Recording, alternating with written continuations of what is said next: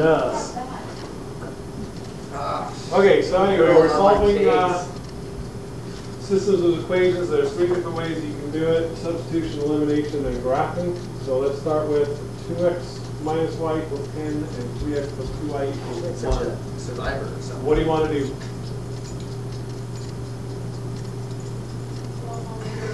Which method would you like to use? How about we do substitution because that was first?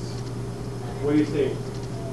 Okay, the way you do substitution is you take one of the 2 equations and you solve it for either x or for y. So which equation would you like to solve for which variable? Okay, so let's take 2x minus y equals 10. And which one do you want to solve it for? For the y. So how would you do that? So subtract 2x from both sides. So negative y equals 10 minus 2x. And then divide everything by negative 1. So y equals negative 10 plus 2x. Good enough? Why did you divide everything by 1? Why divide everything by negative 1, Bobby? Because you had negative y equals just 5. Okay. What she just mumbled makes sense? Okay, we had negative y and we wanted y. All right, so now that I have that solved for y, what do I do with that? Plug it in for y in this equation right here, right? So I'm going to rewrite that as 3x plus, since it's 2y, I have to multiply everything by 2, the negative 10 and the 2x. Okay? So that has to go in parentheses.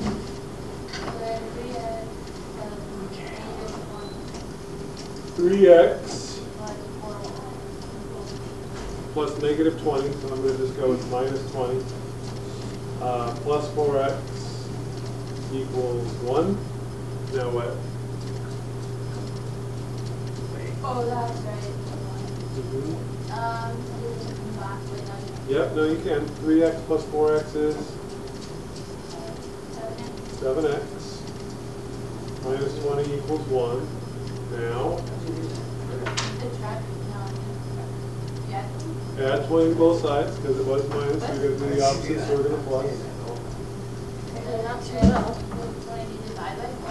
Divide by 7, so x equals 3. Okay? Oh, it's 21. Yeah, because 1 plus 20 is 21. Okay, so x equals 3. So we're halfway there. Now we need to know what y equals. How do I figure out what y equals? Plug in x. Where do you want me to plug it in? Either one. How about if I plug it into this one right here, since this tells us what y equals in the first place? So if you plug 3 into there, you get, yep, y equals negative 4. Oh my God. It is amazing. So that's substitution because we took one of the equations and solved it for one of the variables, and then we substituted that into the other equation. Okay? So that's one of the fun ways that you can do these guys here. All right? Then you can also go by elimination.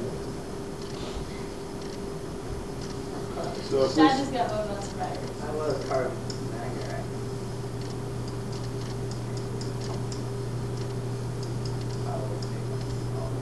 So elimination is, in case you don't remember, where you get the number in front of one of the variables to be the same number but opposite sign, so that when you add the 2 equations together, one of the variables is eliminated. So what can I multiply these 2 equations by to get the numbers in front of either the x or the y to be the same number but opposite sign? 3 to the top one, Okay. 2 to the bottom one. All right. Because if you do that, then the number in front of the x in the first equation will be a 6, right? Yeah. And the number in front of the x in the second equation will be a negative 6. So you guys understand how she did that, why she chose those numbers? She looked at the 2x and the negative 3x and went, okay, those 2 already have the opposite sign, so I just need to make them both be the same number.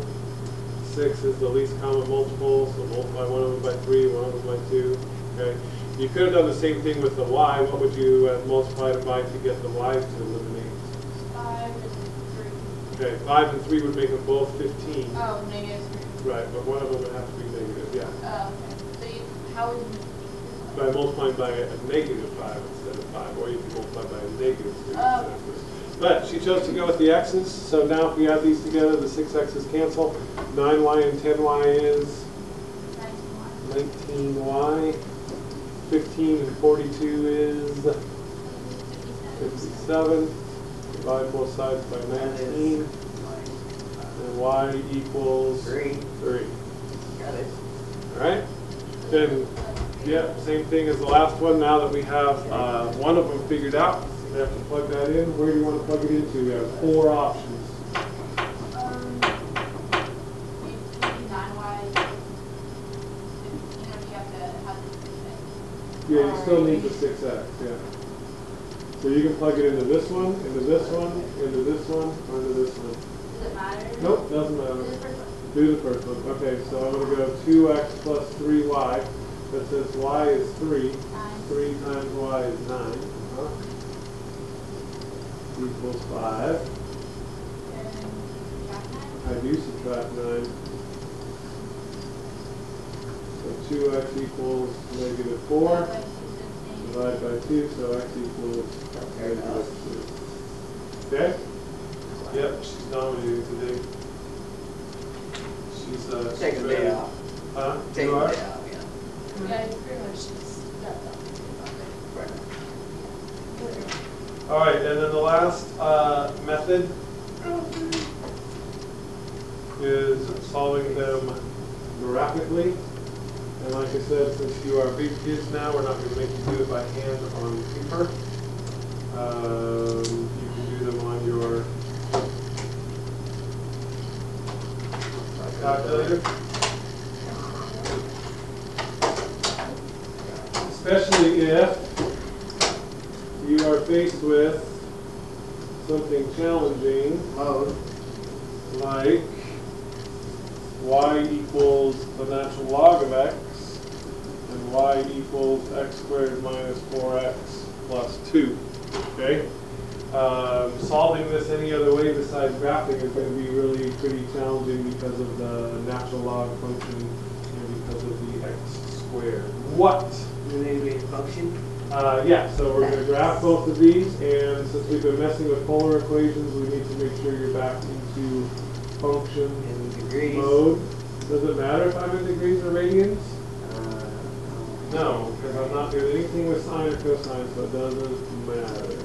Okay, so I'm going to just graph both of these. So the first one was natural log of x, and then the second one was x squared minus 4x plus 2.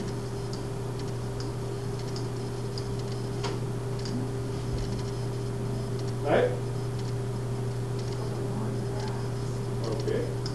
And then I graph that. Then what am I looking for? Where they cross. How many places do they cross? 2. How many solutions do I have? 2. 2. Okay, so we've done this a little bit before, right? Maximum minimum. Yeah, but I'm not going to go max and minimum. I'm going to go second, calc, and this time I want intersect. Yeah, I want number 5. So I'm going to find this one first. Okay? So it says first curve, so I'll just hit enter. Or Oh, where are you? There we go. So I just had the arrow over so it would be on the graph. I was at x equals 0. Okay, so that's the first curve. That's the second curve. And then for my guess, I just need to move the little jumping jack guy close to where those two lines intersect. And if my first answer is x equals 0.712 and y equals negative 0.34. Right? Okay? And then to find the other one, I'm going to do the same thing. Second calc 5, first curve, second curve, but then this time before I hit enter again for my guess, I need to move it closer to the second intersection point. Whoa. And answer again, and then there's my other answer. Oh, where did you figure 2 points up for your guesses? Your first It curve. doesn't really matter. It doesn't matter, yeah, because we only have 2 curves graphed. So it's a silly question for the calculator to ask when there's only 2 I curves. just pressed enter 3 Yeah, you times. just push it, yeah, pretty much, just enter, enter, enter, and it'll work out. The only thing you have to be careful of is that if you want this other answer, you have to move it before you push enter the 3rd time. Okay? Okay, that's it. That's all I got.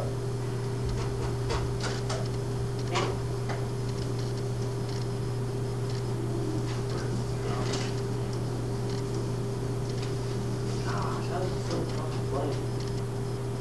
I'm in the issue. See, I'm complicated. That's one person I know.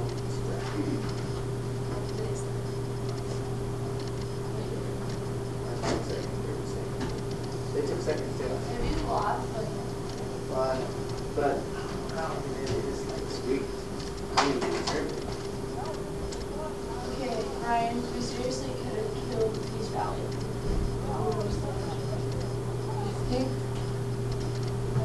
We could have been in and out for